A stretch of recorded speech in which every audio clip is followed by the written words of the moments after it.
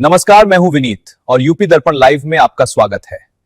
अगले 25 मिनटों में हम दिखाएंगे उत्तर प्रदेश के वो समाचार जो आपको प्रभावित करते हैं। 1600 करोड़ के हवाला कारोबार का मास्टरमाइंड महफूज कानपुर से गिरफ्तार। देवबंद में 2131 करोड़ की परियोजनाओं की सौगात, सीएम योगी का बड़ा विकास संदेश। हमीरपुर हादसे में 21 घंटे बाद यमुना से निकाले गए 600। सिर्फ यूरिन टेस्ट से कैंसर की पहचान, बीएचयू वैज्ञानिकों की बड़ी खोज। नोएडा की 200 किलोमीटर सड़कें बदहाल, डामर महंगा होने से रुका काम। अब आगे के समाचार सुनिए विस्तार से। जनगणना 2027 के पहले चरण की शुरुआत, नागरिक आज से खुद कर सकेंगे स्वगणना। उत्तर प्रदेश में जनगणना 2027 के पहले चरण के तहत 7 मई से 21 मई 2026 तक नागरिक घर बैठ ऑनलाइन स्वगणना कर सकेंगे। इसके लिए उन्हें SCC census.gov.in पोर्टल पर मोबाइल नंबर और OTP के माध्यम से लॉगिन करना होगा। प्रक्रिया के दौरान परिवार के मुखिया को मकान, बुनियादी सुविधाओं और परिवार के सदस्यों से जुड़े कुल 34 सवालों के जवाब देने होंगे। स्वगणना पूरी होने के बाद सोशल मीडिया के मोहजाल से बचे युवा, सीएम योगी की चेतावनी। स्पष्ट किया है कि किसी प्रकार के दस्तावेज अपलोड करने की जरूरत नहीं होगी। इसके बाद 22 मई से 20 जून तक प्रगणक घर घर जाकर जानकारी सत्यापन करेंगे।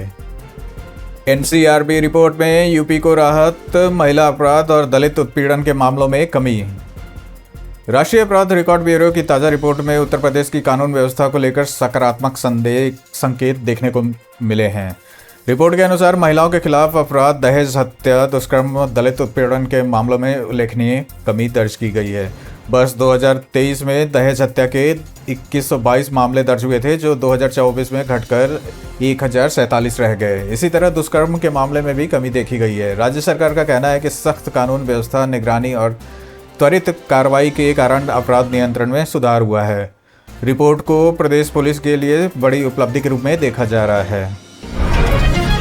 पारदर्शिता और तकनीक के दम पर यूपी बना सबसे ज़्यादा नौकरी देने वाला राज्य। मुख्यमंत्री योगी आदित्यनाथ ने कहा है कि उत्तर प्रदेश पारदर्शिता, तकनीक और जवाबदेही के कारण देश में सबसे अधिक सरकारी नौकरी देने वाला राज्य बन गया है।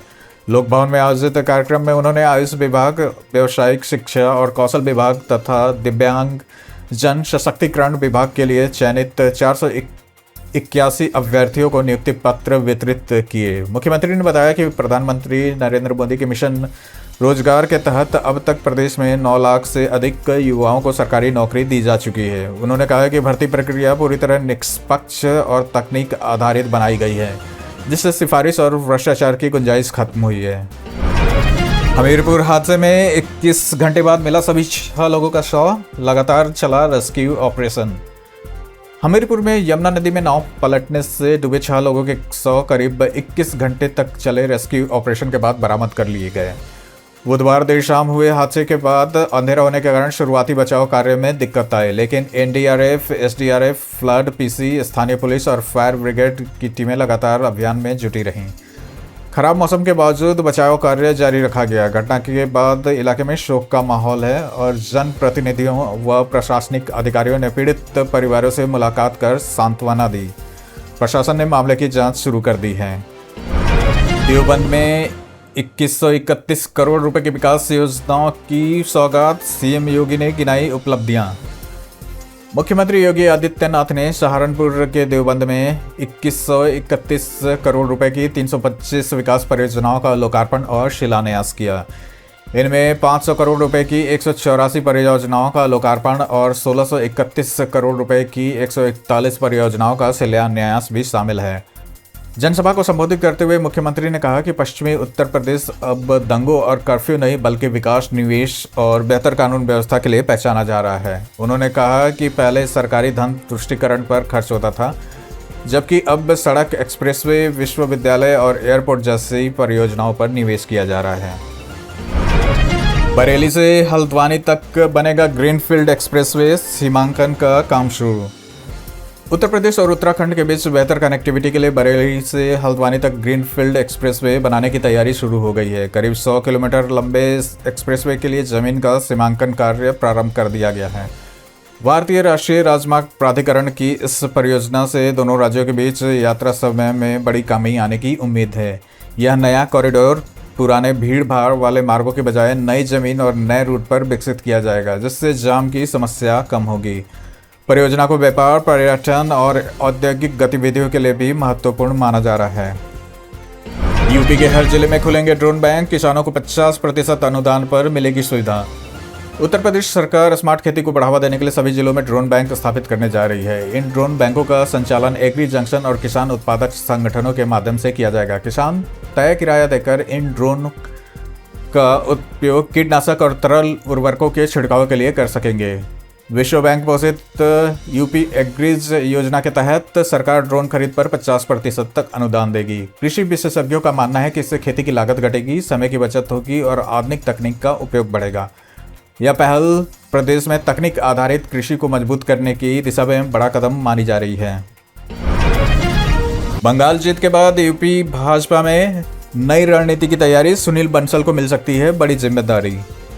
पश्चिम बंगाल चुनाव में मिली सफलता के बाद भारतीय जनता पार्टी अब उत्तर प्रदेश में नई रणनीति तैयार करने में जुट गई है। पार्टी के भीतर चर्चा है कि केंद्रीय गृह मंत्री अमित शाह और राष्ट्रीय महासचिव सुनील बंसल को 2027 विधानसभा चुनाव से पहले प्रदेश में अधिक सक्रिय भूमिका दी जा सकती है। भाजपा का मानना है कि बंगाल में युद्ध बूथ स्तर की मजबूत रणनीति और संगठनात्मक समन्वय से मिली सफलता को यूपी में भी लागू किया जा सकता है। हालांकि पार्टी नेताओं का कहना है कि उत्तर प्रदेश की सामाजिक और राजनीतिक परिस्थितियां अधिक जटिल है, इसलिए स्थानीय समीकरणों को ध्यान में रख के रणनीति बनाई जाएगी। ममता बनर्जी से मिले अखिलेश यादव, बोले दीदी आप हारी नहीं हैं। समाजवादी पार्टी अध्यक्ष अखिलेश यादव ने कोलकाता में पश्चिम बंगाल की मुख्यमंत्री ममता बनर्जी से मुलाकात की। इस बैठक में टीएमसी के राष्ट्रीय महासचिव अभिषेक बनर्जी भी मौजूद रहे। मुलाकात के दौरान अभिषेक यादव ने ममता बनर्जी से कहा, दीदी आप हारी नहीं है, और भाजपा पर लोकतांत्रिक संस्थाओं को कमजोर करने का आरोप लगाया। सूत्रों के अनुसार दोनों नेताओं के बीच विपक्षी राजनीति और भविष्य की रणनीतियों पर चर्चा हुई। बैठक को विपक्षी दलों के बीच बढ़ते राजनीतिक संवाद के रूप में देखा जा रहा है। दोनों नेताओं की तस्वीरें और बयान सोशल मीडिया पर भी चर्चा का विषय बने हुए हैं। इटावा में फूड विभाग की टीम पर हमला, नकली तेल फैक्ट्री में छापेमारी के दौरान बवाल। इटावा में नकली तेल बनाने की शिकायत पर छापेमारी करने पहुंची खाद्य सुरक्षा विभाग की टीम पर हमला किए जाने का मामला सामने आया है। पक्काबाद स्थित एक फैक्ट्री में अधिकारियों ने ब्रांडेड कंपनियों के डब्बे में नकली तेल भरने की गतिविधियां पकड़ी। इसी दौरान फैक्ट्री संचालकों और उनके सहयोगियों पर टीम के साथ मारपीट, धक्का मुक्की और कपड़े फाड़ने के आरोप लगे हैं। मौके पर भारी हंगामा होने के बाद पुलिस बल को तैनात करना पड़ा। अधिकारियों का कहना है कि मामले में कानूनी कार्रवाई की जा रही है और जब्त नमूनों की जांच भी कराई जाएगी। घटना ने खाद्य सुरक्षा जांच टीमों के सुरक्षा को लेकर सवाल खड़े कर दिए हैं। 1600 करोड़ के हवाला कारोबार का मास्टरमाइंड महफूज कानपुर से गिरफ्तार। कानपुर पुलिस ने 1600 करोड़ रुपए के हवाला कारोबार के कथित मास्टरमाइंड महफूज को गिरफ्तार कर लिया है। पुलिस के अनुसार आरोपी गरीब लोगों और रिक्शा चालकों के दस्तावेजों का इस्तेमाल कर फर्जी बैंक खाते खुलवाता था और उन्हीं खातों के जरिए करोड़ों रुपए का अवैध लेन देन किया जाता था। जांच के दौरान बैंक कर्मचारियों की मिलीभगत के संकेत भी मिले हैं। बताया जा रहा है कि पश्चिम बंगाल में राजनीतिक हालात बदलने के बाद महफूज कानपुर लौट आया था, जहां पुलिस ने उसे घेराबंदी कर पकड़ लिया। यह खुलासा 24 लाख रुपए की लूट की जांच के दौरान हुआ, जिसके बाद बड़े हवाला नेटवर्क का पर्दाफाश हुआ। आईपैक और सपा के रिश्तों पर ओपी राजभर का हमला, फंडिंग को लेकर लगाए गए आरोप।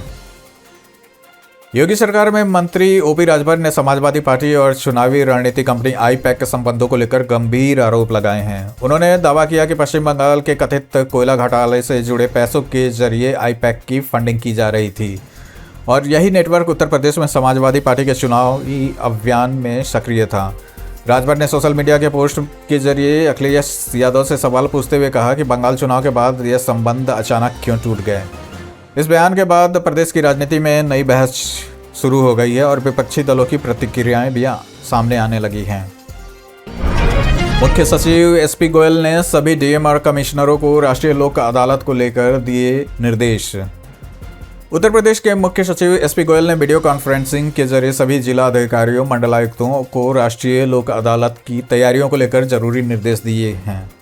उन्होंने कहा कि 9 मई को आयोजित होने वाली लोक अदालत में अधिक से अधिक पुराने मामलों का निस्तारण किया जाए। सभी विभागों को नोडल अधिकारी नियुक्त करने और बैंकिंग व रिकवरी मामलों के समाधान पर विशेष ध्यान देने के निर्देश दिए गए हैं। मुख्य सचिव ने कहा कि डिजिटल प्लेटफॉर्म और आधुनिक तकनीक के जरिए लोगों को जागरूक किया जाए। साथ ही बिजली विभाग और परिवहन विभाग से लंबित मामलों को अदालत में प्रस्तुत करने को कहा गया है। यूपी पुलिस एसआई का रिजल्ट जारी, 12,000 से ज्यादा अभ्यर्थी अगले चरण के लिए सफल। उत्तर प्रदेश पुलिस भर्ती व प्रोन्नति बोर्ड ने सब इंस्पेक्टर भर्ती परीक्षा 2026 का परिणाम जारी कर दिया है। लिखित परीक्षा के आधार पर कुल 12,333 अभ्यर्थियों को अगले चरण के लिए सफल घोषित किया गया है। चयनित उम्मीदवार अब दस्तावेज और सत्यापन और शारीरिक दक्षता परीक्षण में शामिल होंगे। भर्ती बोर्ड के अनुसार यह संख्या विज्ञापित पदों की तुलना में लगभग 2.7 गुना है। खास बात यह है कि जिन अभ्यर्थियों के अंक कट ऑफ के बराबर रहे उन्हें भी अगले चरण में मौका दिया जाएगा।